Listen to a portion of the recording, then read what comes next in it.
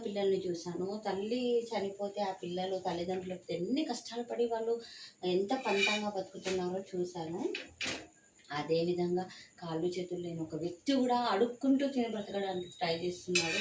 ఇంతమంది ఎన్ని విధాలుగా కష్టపడుతున్నారు.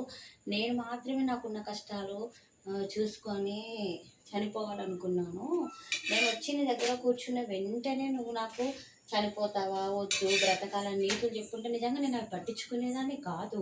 వెళ్ళి చనిపోయేదాన్ని. వీడు ఇట్లనే చెప్తాడు, ఈమె ఇట్లనే చెప్తది అనుకోని వెళ్ళి చనిపోయి ఉండేదాన్ని. కానీ నువ్వు ప్రాక్టికల్‌గా నాకు చూపించావు కదా!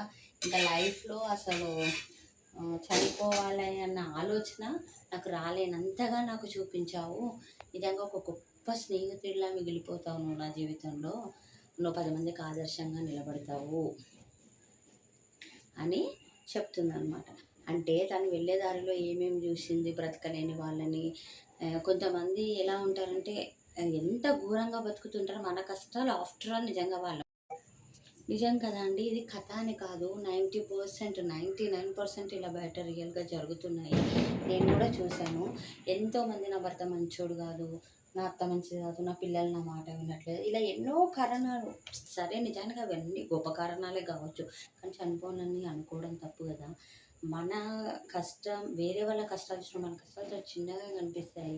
ఒకవేళ నీ భర్త మంచోడు కాదనుకోండి, మార్చుకోవడానికి ట్రై చేయండి. వాడు మారడు అనుకుంటే మీరు బ్రతకాలి సెల్ఫ్ రెస్పెక్ట్‌తో. అంతేగాని చనిపోతే వాడు హాయిగానే ఉంటాడు గదా!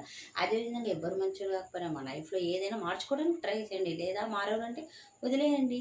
మీకు మీరుగా కండి. అంతేగాని ఆత్మహత్యలు చేసుకోవడాలు, చనిపోవడం ఎంతవరకు కరెక్ట్. మనమే కాదు ప్రపంచంలో అందరూ బాధలు పడుతున్నారు. ధైర్యంగా ఎదుర్కోవడం చేతనైతే ఎదుర్కొని చూపించాలి. అలా బ్రతకాలి.